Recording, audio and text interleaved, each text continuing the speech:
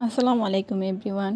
আমরা প্রতি সপ্তাহে আমাদের অ্যাকুয়ারিয়ামের পানির অর্ধেক পানি ফেলে দিয়ে পরে আবার অর্ধেক পানি ভরে নিই, যাতে আমাদের অ্যাকুয়ারিয়ামের মাছগুলো সুস্থ থাকে, ভালো থাকে এবং যে গাছগুলো আছে আমাদের, সেই গাছগুলো যেহেতু জীবন্ত, এগুলো সতেজ রাখার জন্য আমাদের পানিটাও পরিবর্তন করে দেওয়াটা অনেক দরকার। এতে আপনার গাছগুলো ভালো থাকে, মাছগুলোও ভালো থাকে। তার জন্য আমরা সপ্তাহে একবার করে পানিগুলো অর্ধেক ফেলে দিই, অর্ধেকটা দিয়ে পুরো পানি ফেলে দিই না, অর্ধেক পানি ট্যাঙ্কে রাখি আর অর্ধেক পানি আবার নতুন করে দিয়ে দিই সপ্তাহে একবার করে। তাতে যে আপনার শ্যাওলা পড়ে যায় বা ময়লা হয়ে যায় পানিটা, সেটাও আর হয় না, দেখতেও সুন্দর লাগে, পরিষ্কার থাকে। এবং গাছের জন্য, এই জীবন্ত গাছের জন্য পানি পাল্টে দেওয়াটা খুবই উপযোগী এবং খুবই প্রয়োজনীয়। আপনি সপ্তাহে একবার করে হলেও এটা আপনি পাল্টে দেওয়ার চেষ্টা করবেন। আর এটা মাছের জন্য অনেক দরকার।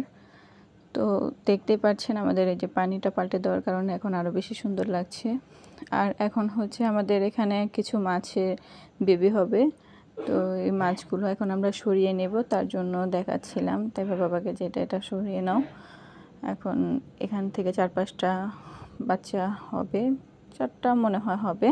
তো এগুলো এখন সরানোর জন্য একটা বাটি নিয়ে আমরা কয়েকটা বাটির মধ্যে রেখে দিই, যাতে করে আমাদের পরবর্তীতে বাচ্চা হওয়ার পর এটা সরিয়ে নিতে আরও ভালো হয়।